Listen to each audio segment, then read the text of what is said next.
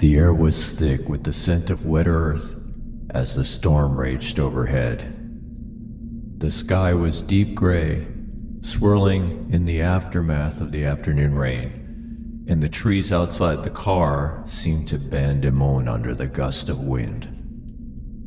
The road stretched endlessly before Ben, the only one left after a messy divorce, trying to escape the past. The muffled thud of his tires against the wet asphalt was the only sound that kept him company, and even that was soon drowned by the relentless howl of the storm. He had been driving for hours, searching for something to distract him, something to take his mind off the bitter emptiness that filled him after the final papers were signed. His car's headlights cut through the darkness as he saw a small, dimly lit sign up ahead. Restful Nights Motel, rooms available. It was the kind of place you'd normally drive by without a second thought, but tonight, the idea of stopping, of finding somewhere quiet to rest, appealed to him. He pulled into the gravel parking lot and noticed the motel's old wooden sign swaying in the wind, creaking with an eerie sound that made him shiver. The building was a one-story, decrepit structure, its white paint peeling and the windows fogged up with years of neglect. The only light came from a flickering bulb above the front door.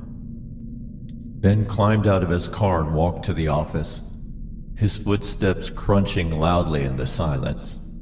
As he pushed open the door, a cold breeze hit his face, and the smell of mildew filled his nostrils. Behind the counter, Maggie, the owner, was sitting with her back turned, humming softly to herself. Her hair was unkempt, her clothes faded. She looked like she hadn't slept in days.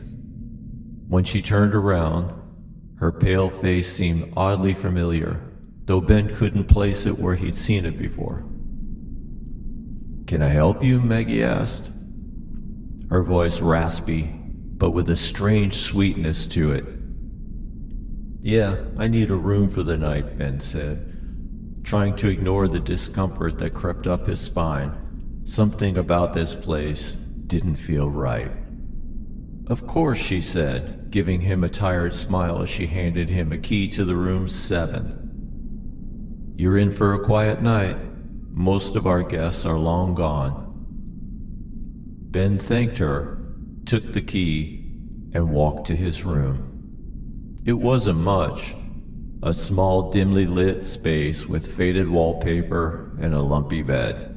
Still, it was a place to rest for the night. He threw his bag on the bed and sighed, trying to shake off the uneasy feeling settling in his chest.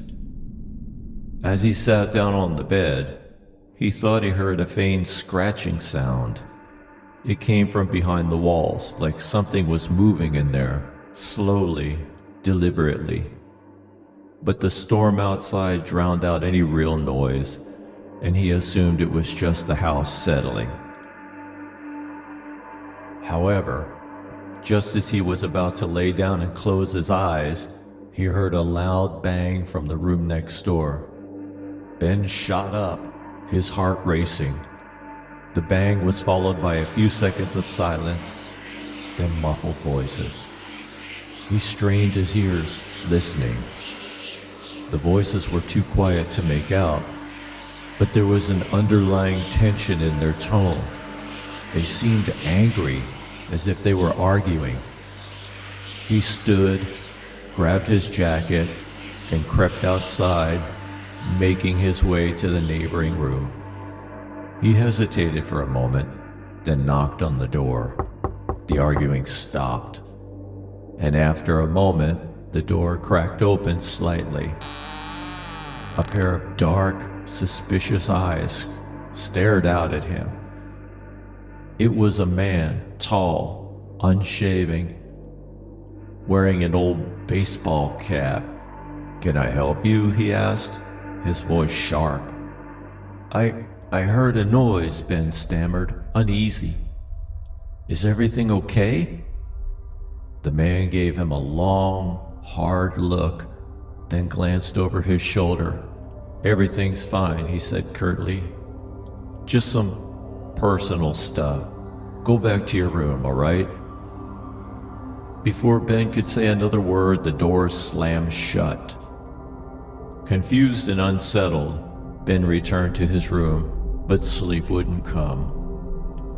He lay there, listening to the wind howl outside and the occasional distant thud, like someone was walking around in the hallway.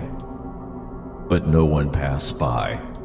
The air was still, thick with tension. At some point in the night, he heard the same scratching sound from the walls again. It was louder this time, more insistent. But now, he also thought he could hear something else. Footsteps, soft and slow, coming from the hallway. Ben couldn't take it anymore.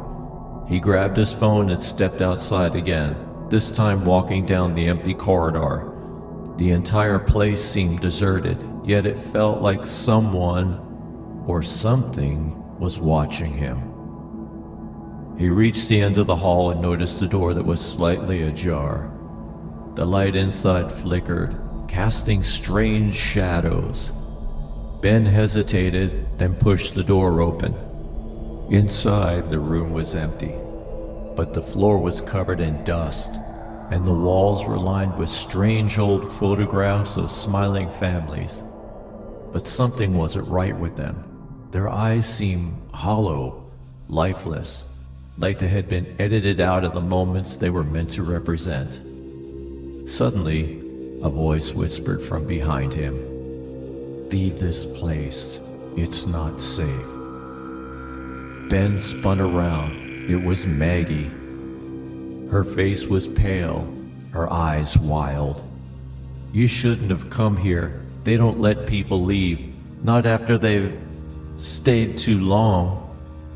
Before Ben could ask what she meant, she stepped back, revealing a small, rusty metal door in the back of the room. It was half open. In that moment, Ben understood.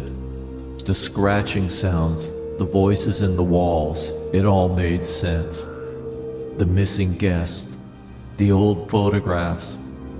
Maggie and her family have been luring people in for years, trapping them in their rooms, never allowing them to leave.